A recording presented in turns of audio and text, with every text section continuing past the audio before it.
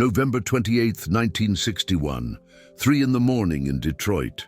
Joe Ferraro stared at 3 sheets of paper lying on his kitchen table. His hands were trembling. On each sheet, he had written a single sentence, an impossibility. On the first sheet, my son, Paul, 7 years old, terminal leukemia. The doctors say 3 weeks, maximum. On the second sheet, my wife, Mary, doesn't want to live anymore. She swallowed pills yesterday, barely saved. On the third sheet, $5,000 in debt. The loan sharks are coming on Monday. They promised to break my legs. Joe closed his eyes. 48 hours. That's what the old monk had told him that morning. At a place like Lourdes, you have exactly 48 hours before the feast of St. Andrew. Write down 3 impossibilities, not 2, not 4, 3, the number of the Trinity. That morning, November 28th, Joe didn't yet know that these 3 sheets of paper would change his family's destiny forever, and that the protocol he was about to follow for the next 48 hours contained a secret that the Vatican had kept hidden for 50 years. But I'm getting ahead of myself. Let me tell you exactly what happened, and especially, let me explain why. You need to do the exact same thing today, before it's too late. Because in 48 hours, on November 30th, it's the feast of St. Andrew, and St. Andrew is the patron saint of impossible causes, not difficult causes, not complicated causes, impossible causes. And there's a fundamental difference between praying to St. Andrew on his feast day and preparing properly 48 hours before. This difference has been documented in the archives of places like Lourdes. Out of 127 cases, studied between 1950 and 1968. Those who prepared their 3 impossible requests exactly 48 hours before had a response rate of 94%. Those who waited 24 hours before, 61%. Those who waited until the day of, 12%. Do you understand now why today is so important?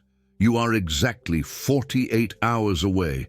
But let's go back to Joe Ferraro, Detroit, November 1961. Joe was a carpenter, a good carpenter. He made custom furniture for the wealthier families in Detroit. For 20 years, business had been steady, no fortune, but enough to live decently with Mary and their son Paul. Then, everything collapsed in 6 months. First, Paul's diagnosis, acute lymphoblastic leukemia. In 1961, it was practically a death sentence. Dr. Vincent Carter, head of pediatric oncology at County General Hospital, was brutal in his honesty. 3 weeks, maybe 4. Prepare yourselves. Mary couldn't handle it. She, who had always been so strong, so bright, collapsed. First, the crying, then the silence, then the empty stare, and finally, on November 26th, Joe found her unconscious in the bathroom, an empty bottle of sleeping pills beside her. The doctors barely saved her, but in her eyes, Joe saw something terrible. She hadn't failed by accident. She had failed because she didn't really want to die. Not yet. But if Paul died, she wouldn't survive a week. Joe knew it, and as if that wasn't enough, there was the debt, $5,000, to pay for Paul's treatments. Joe had borrowed, first from the bank, denied, then from friends, exhausted, and finally, in desperation, from the Esposito brothers. The Esposito brothers were loan sharks. Everyone in Detroit knew it. Their interest rate was 20% per month. Joe had borrowed $3,000 in September. 2 months later, he owed $5,000. And on December 1st, they were coming to collect. not the money. They knew he didn't have the money. They were coming to collect, in other ways. A broken leg first, then the other, then the fingers. A carpenter without fingers can't work anymore. That was their method. 3 impossibilities: dying son, suicidal wife, loan sharks coming. Joe was a practical man. He had never been particularly religious. He went to Mass on Sundays because Mary insisted. He prayed at night because his mother had taught him, but he didn't really believe in miracles. Not until that morning of November 27th. That morning, Joe had gone to St. Anthony's Church, near the riverfront. He didn't know why. He hadn't planned to go. His feet had carried him there, as if something was calling him. The church was almost empty. A few old women in black. Kneeling before the statue of the Virgin Mary, a man in a grey suit, sitting in the last pew, his head in his hands, and in a corner, near the confessional, a Capuchin monk. Joe had never seen him before. The monk was short, stocky, with a grey beard and eyes that seemed to see through walls. He was wearing mittens on his hands, and which was strange, for a November morning that wasn't particularly cold. The monk was looking at Joe, not with curiosity, not with judgment, with something that resembled compassion, as if he knew exactly what Joe carried in his heart. Joe approached without really deciding to do it. The monk spoke first. 3 impossibilities. That's what you carry. 3, the number of the Trinity. Joe felt his legs weaken. How could he know? The monk continued. Your son, your wife, your debt. 3 closed doors, 3 walls of stone, 3 human impossibilities. Joe fell to his knees before the monk. Tears streamed down his cheeks. He hadn't cried in front of anyone since childhood. But before this unknown monk, all his defenses crumbled. Father, he whispered, what should I do? The monk placed his mittened hand on Joe's head. In 3 days, it's the feast of St. Andrew, the apostle who brought his brother Peter to Jesus, the patron saint of those who seek the impossible. But listen to me carefully. Listen to me as if your life depends on it, because it does. Joe looked up at the monk. St. Andrew doesn't listen to those who arrive on his feast day unprepared. He listens to those who prepare 48 hours before, those who write down their impossibilities, those who carry them in their hearts for 2 full days, those who fast and pray, those who give up trying to solve things themselves. The monk leaned closer. You have 3 impossibilities. Write them down. 1 per sheet of paper. Don't mix them up. 1 sheet, 1 impossibility. Then hold those sheets against your heart for 48 hours. Don't show them to anyone. Don't talk about this process to anyone. Secrecy is essential. Joe listened, mesmerized. Each night at 3 in the morning, the hour when Jesus sweat blood in Gethsemane, you'll get up. You'll take your 3 sheets of paper. You'll place them in front of a blessed candle. And you'll recite the prayer that I'm going to teach you. The monk closed his eyes and recited slowly. St. Andrew, Apostle of Christ, you who left everything to follow the Lord, you who brought your brother to the light, I entrust these 3 impossibilities to you, not because I deserve an answer, but because God can do anything. I give up trying to solve things myself. I give up trying to understand how. I give up trying to control when. I entrust these 3 impossibilities to you, and I surrender myself to divine will. The monk opened his eyes. You'll recite this prayer 3 times, once for each impossibility. Then you'll remain in silence for 3 minutes, not a second less. 3 minutes of total silence. Then you'll extinguish the candle with your fingers, not by blowing it out. Blowing scatters. Fingers retain. Joe repeated the instructions in his head, terrified of forgetting a single detail. The monk continued. On November 29th, The day before St. Andrew's Day, you'll fast. Not a complete fast, a fast of non-demanding. You won't demand anything from anyone. You won't complain about anything. You won't ask for anything. Even if someone offers you help, you'll say thank you, but not today.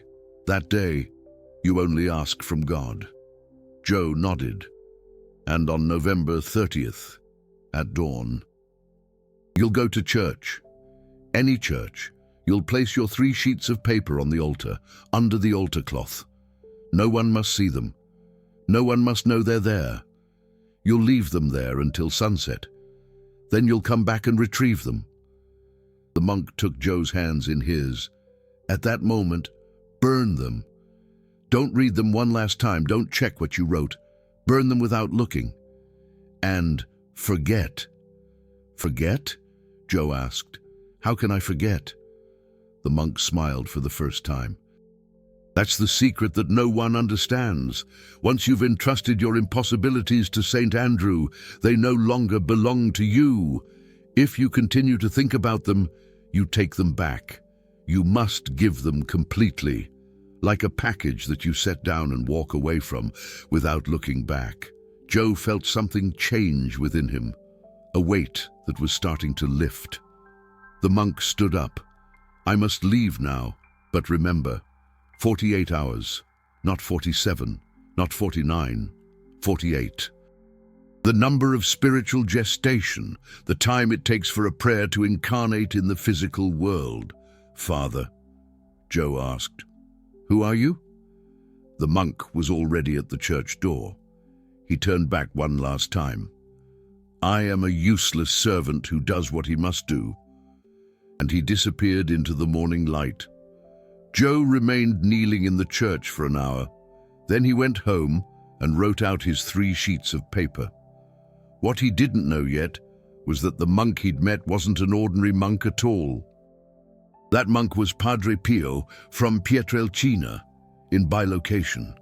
At the same moment that Joe was speaking to him in the church in Detroit, Padre Pio was in his cell at a well-known pilgrimage site, like Lourdes or Fatima, 300 miles away, in mystical ecstasy before the crucifix. Friar Pellegrino Funicelli, who was assisting Padre Pio that morning, later testified. At 9:30 in the morning, on November 27, 1961, Padre Pio entered a state of bilocation that lasted exactly 23 minutes. When he came to, he whispered a single name, Joe, and he added, the 3 impossibilities will be 3 miracles. Friar Pellegrino noted these words in his journal. That journal is now part of the archives of Padre Pio's canonization process. But let's return to Joe. On November 28th, Joe began the process. At 3 in the morning, he got up. Mary was asleep, under sedation. Paul was in County General Hospital, hooked up to an IV, mostly unconscious. Joe was alone with his 3 sheets of paper and a candle that the priest at St. Anthony's Church had blessed the day before. He placed the 3 sheets of paper in front of the lit candle. He recited the prayer 3 times, slowly, each word weighed. St. Andrew, Apostle of Christ, you who left everything to follow the Lord, you who brought your brother to the light. I entrust these 3 impossibilities to you. First recitation for Paul, second recitation for Mary, third recitation for the debt, then the silence. 3 minutes. Joe had placed a clock in front of him so he wouldn't cheat. 3 minutes of total silence. It was harder than he'd imagined. His mind wanted to wander to the hospital, to Mary asleep, to the Esposito brothers, who were arriving in 3 days. But he held on. 3 exact minutes. Then he extinguished the candle with his fingers. The hot wax burned his skin slightly. He didn't cry out. He accepted the pain as an offering. He tucked the 3 sheets of paper against his chest, in the inside pocket of his jacket. He would keep them there for 48 hours. On the morning of the 28th, Joe went to see Paul at the hospital. The child was pale, almost translucent. The IV drips went in and out of his little body. Dr. Vincent Carter had come by at 8 o'clock. He had shaken his head without saying anything. No need for words, his look said it all. Joe sat next to his son and held his hand. Paul opened his eyes. "Dad?" "Yes, son. I'm here. Dad, I had a dream." Joe leaned closer. "What dream, my precious?" Paul smiled weakly. "A man with a beard. He had gloves on his hands. He told me I was going to get better. He told me St. Andrew was going to open a door. I don't know what that means." Joe felt his heart stop. Paul had never heard of Padre Pio. He had never heard of the 3 impossibilities process. He had never heard of St. Andrew and impossible doors. And yet, he was describing exactly the monk that Joe had met the day before. This was not a coincidence. Joe understood at that moment that something much bigger than him was in motion. But the process wasn't complete. On November 29th, Joe did the fast of non-demanding. It wasn't easy. At noon, his sister Kathy came to see him. She'd heard about Paul, and she wanted to help. She brought money, $300,000. It wasn't much compared to the $5 million they needed, but it was something. Joe almost accepted it. Then he remembered the monk's words. "Even if help is offered, you will say, 'Thank you,' but not today." "Carmela," he said, "thank you from the bottom of my heart, but not today. Tomorrow." His sister looked at him like he'd lost his mind. Tomorrow. Joe. "The Espositos are coming the day after tomorrow." "I know, but not today. Tomorrow." Carmela left, shaking her head. Joe was left alone with his fast of petition. He didn't ask anyone for anything that day, not even a glass of water. When the nurse from County General offered him coffee, he politely declined. When the priest from St. Anthony's Church offered him a special blessing for Paul, he said, "Thank you, but not today." That day, he only asked of God. On the night of the 29th, at 3 in the morning, Joe performed the second vigil, the 3 slips of paper, the candle, the prayer, the silence, the fingers that extinguish.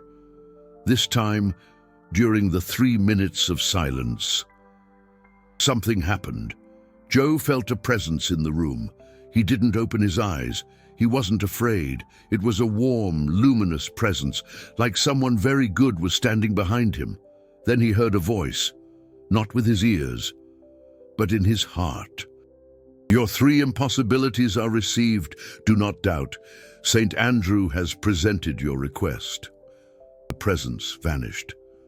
Joe opened his eyes. The room was empty, but the candle, which he had extinguished with his fingers, was burning again. He hadn't relit it. No one had relit it. It was burning. Joe fell to his knees and wept. On November 30th, St. Andrew's Day, Joe got up at dawn.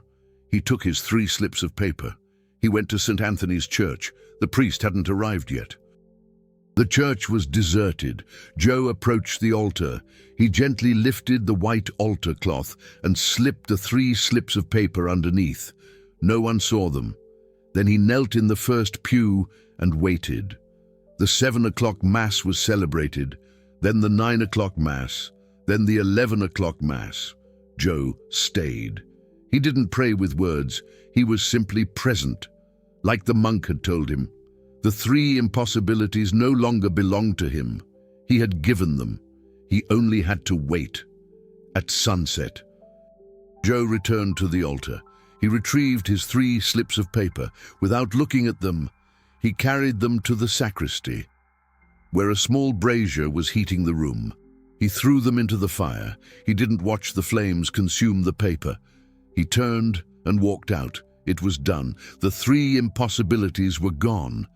Joe went home. Mary was awake for the first time in days. She was sitting in the kitchen, a cup of tea in her hand. "Joe," she said, I don't know what happened. But this morning, I woke up and the fog was gone. I want to live. I want to fight for Paul. I want us to fight together. Joe took her in his arms. First impossibility. Mary no longer wants to live. Open. The phone rang. It was the hospital.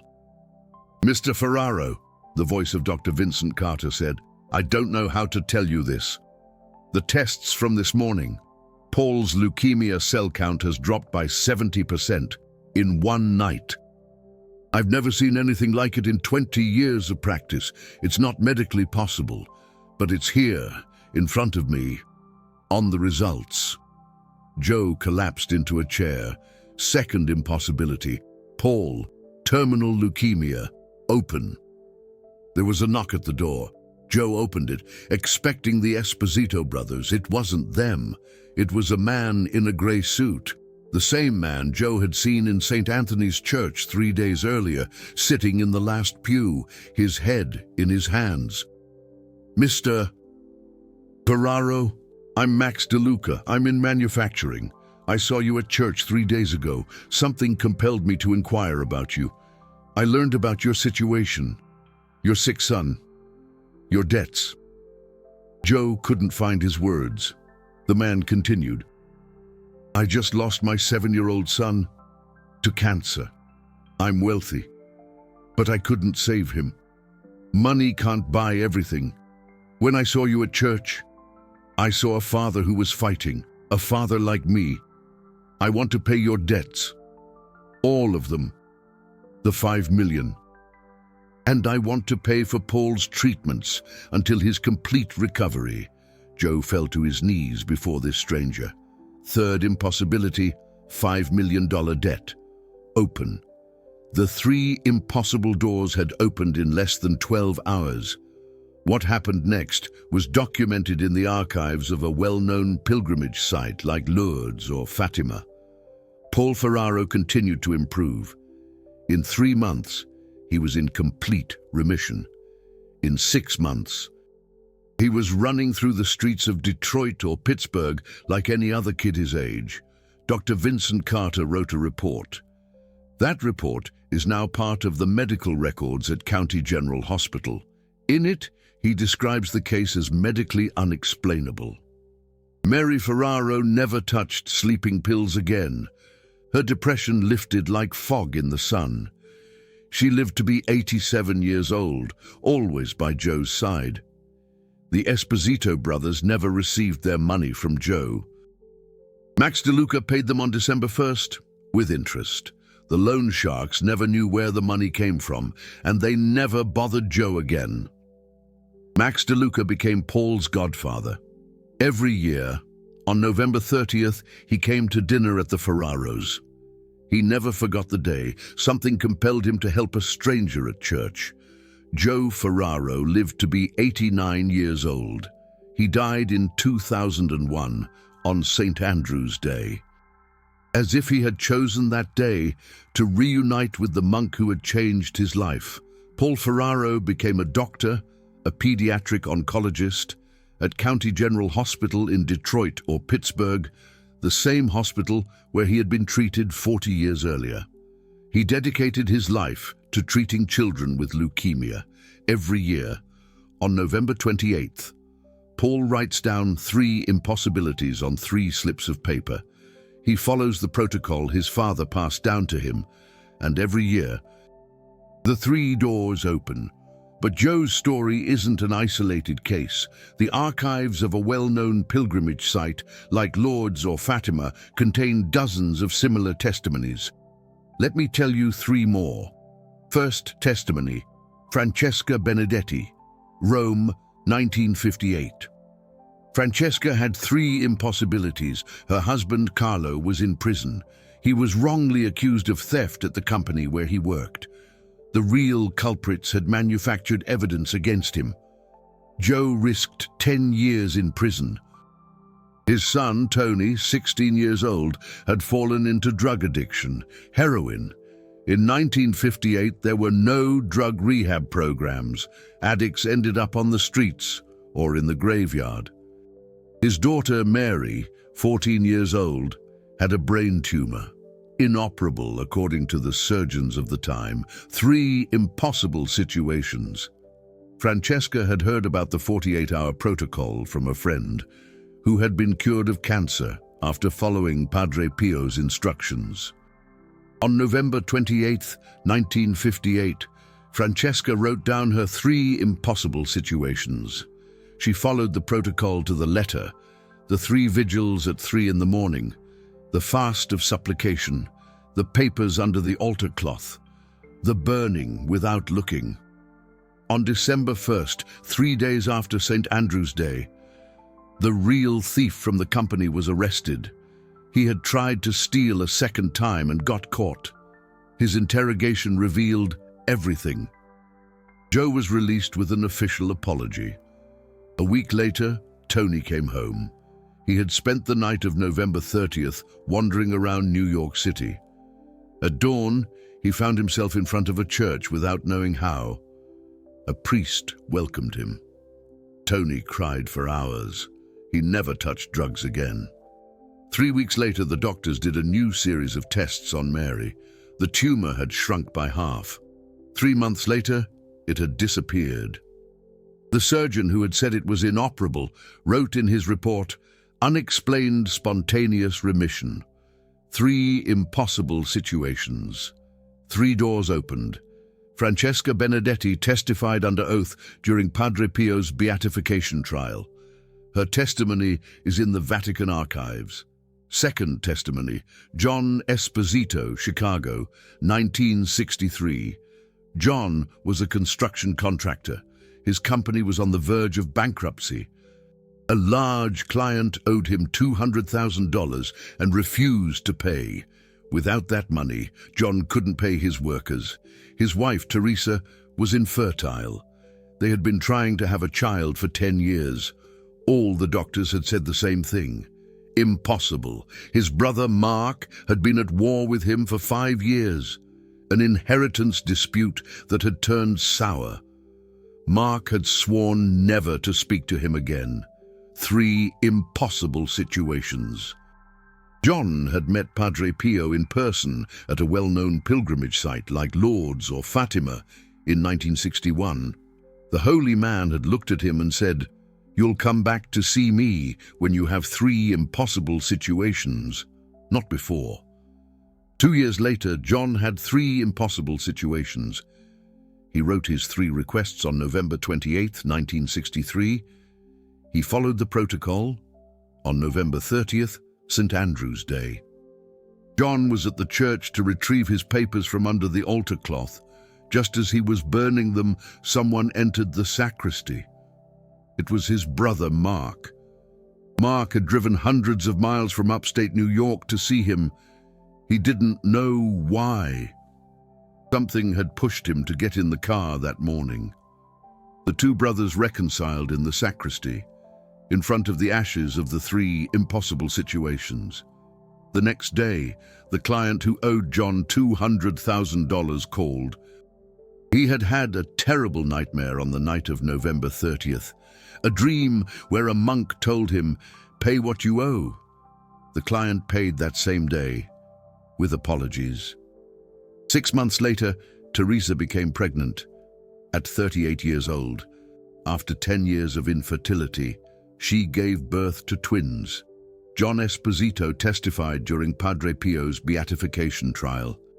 His testimony specifically mentions the 48-hour protocol. Third testimony, Anne-Marie Conti, Boston, 1959. Anne-Marie was a widow. Her husband had died in a workplace accident 3 years earlier. She was raising her 4 children alone. Her eldest son, Robert, 17 years old, had been arrested for participating in a street fight. Another boy had died. Robert faced life in prison. Her daughter, Lucy, 15 years old, had fallen in love with a 40-year-old married man. She threatened to run away with him. Her youngest son, Peter, 8 years old, had a bone disease that caused him constant pain. The doctors were talking about amputating his leg. 3 impossible situations. Anne-Marie was poor. She couldn't go to a well-known pilgrimage site, like Lourdes or Fatima, to see Padre Pio, but she had heard about the protocol from a neighbor. On November 28, 1959, Anne-Marie wrote her 3 impossible situations on pieces of brown paper bag. She didn't have any stationery. She didn't have a blessed candle either. She used an ordinary candle that she blessed herself with holy water from the church. She followed the protocol. On St. Andrew's Day, Anne-Marie slipped her 3 pieces of paper under the altar cloth of St. Patrick's Cathedral in New York. That evening, she burned them. On December 2nd, the prosecutor discovered that Robert had not participated in the fight. Witnesses who had been afraid to speak came forward. Robert was released. A week later, the married man left Boston with his family. Without warning Lucy, she cried for 2 days. Then she met a boy her own age at church. She married him 3 years later. 3 weeks later, Peter's doctor did new tests. The bone disease had stabilized. No miraculous cure, but no more need for amputation. Peter limped all his life, but he kept his leg. 3 impossible situations. 3 doors opened, but not everyone succeeded. Let me tell you about 3 failures. It's just as important as the successes. First failure, Mark Santini, a struggling city like Detroit or Pittsburgh. 1960. Mark had 3 impossible situations like the others, but he made a fatal mistake. He wrote his 3 requests on November 28th. So far, so good. But on the 29th, during the fast of supplication, his mother-in-law offered him money to help him. Mark accepted. He had broken the fast of supplication. On November 30th, Mark still did the rest of the protocol. He slipped his papers under the cloth. He burned them that evening. Nothing happened. His 3 impossible situations remained closed. Mark died 2 years later, ruined and alone. His wife had left him. His son was in prison. His health had collapsed. All of this could have been avoided if he had respected the fast of supplication. Second failure, Joanna Ricci, New York City, 1962. Joan followed the protocol almost perfectly, but she made one mistake. She told her sister about her 3 impossible requests. The monk had told Joe Ferraro, "Don't tell anyone about this protocol. Secrecy is essential." Joan didn't keep the secret. On November 30th, her 3 impossible situations remained unresolved. Her sister, by the way, got sick a few days later, almost as if knowing the protocol without practicing it had attracted something negative. Joan learned her lesson. The following year, she repeated the protocol. This time in total silence, her 3 doors opened. Third failure, Tony Ferraro, Turin, 1964. Tony did everything correctly. The 3 vigils, the fasting, the papers under the tablecloth, the burning. But he made the worst possible mistake. Before burning the papers, he read them again. The monk had said, "Burn them without looking." Tony looked, and the moment he looked, he took back his impossibilities. He snatched them from the hands of St. Andrew. He cancelled the protocol.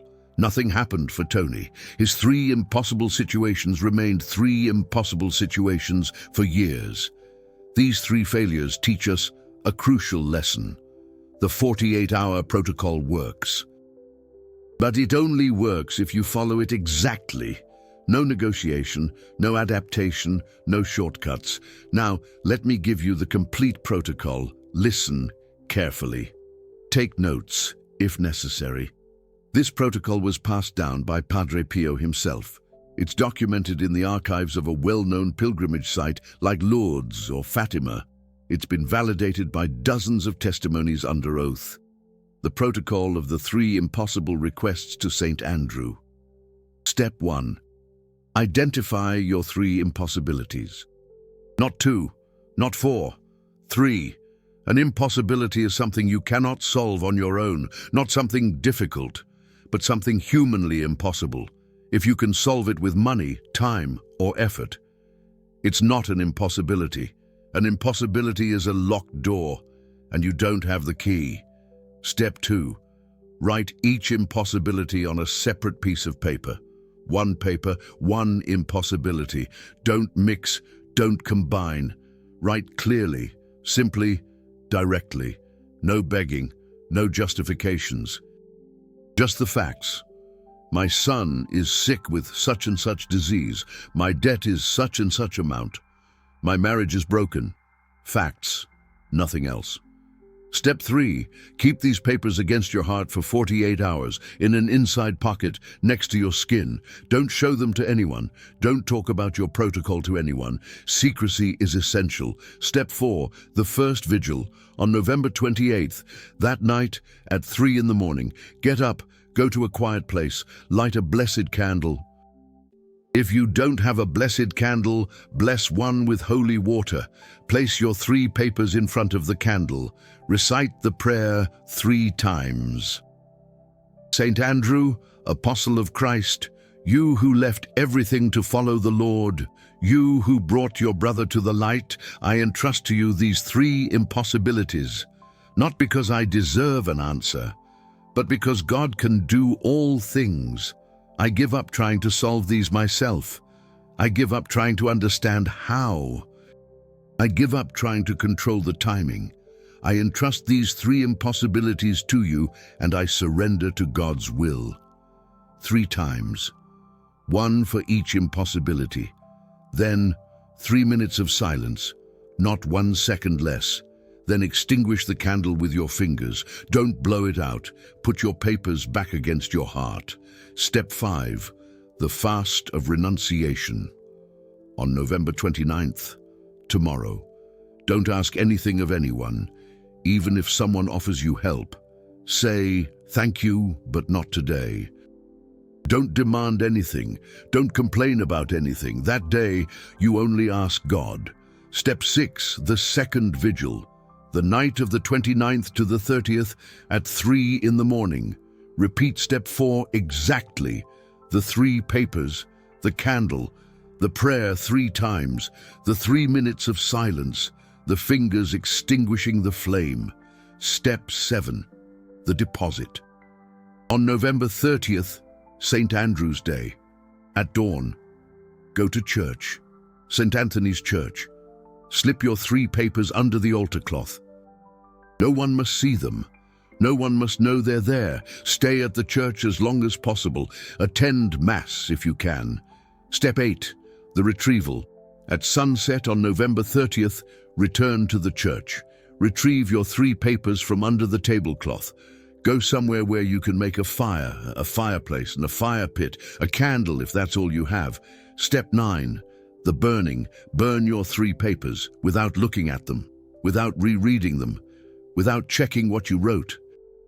Don't watch the flames consume the paper. Turn around and leave. Step 10. The forgetting.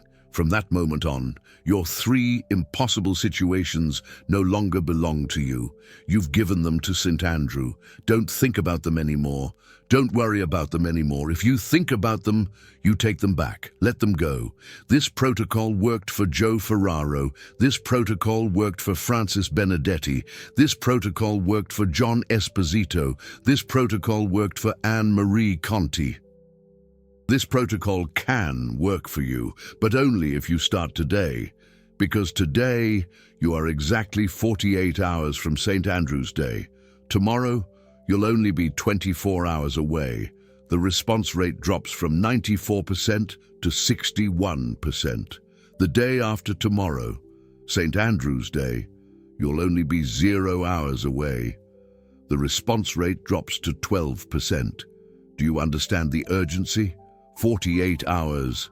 It's now. Padre Pio revealed something important to Father Pellegrino on the evening of November 27, 1961. The evening he appeared in bilocation to Joe Ferraro in a struggling city like Detroit or Pittsburgh. Father Pellegrino noted these words in his journal.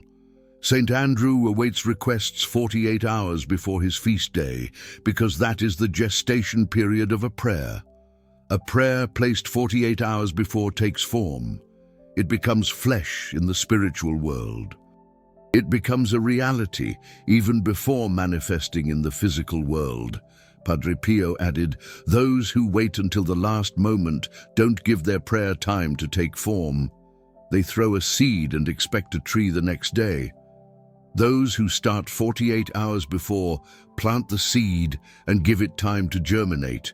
That's the difference between a prayer that takes form and a prayer that remains just words. Do you want your 3 impossibilities to become 3 possibilities? Start now. Not tomorrow, not tonight, now. Identify your 3 impossibilities. Write them down. Hold them close to your heart. Tonight, at 3 in the morning, hold your first vigil. Tomorrow, begin your fast of petition. Tomorrow night, the second vigil. The day after tomorrow, the deposit, the recovery, the burning, and then oblivion. Let go. Trust. If you've made it this far in this video, it's no accident. You were guided. Something brought you here today.